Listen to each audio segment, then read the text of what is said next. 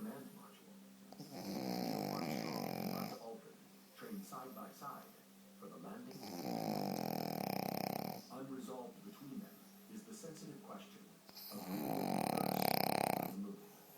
The training guys couldn't make a firm decision one way or another, so I went to Neil and I said, we need a decision on this. Now, was I striving to be the first guy out? Apollo managers, including Chris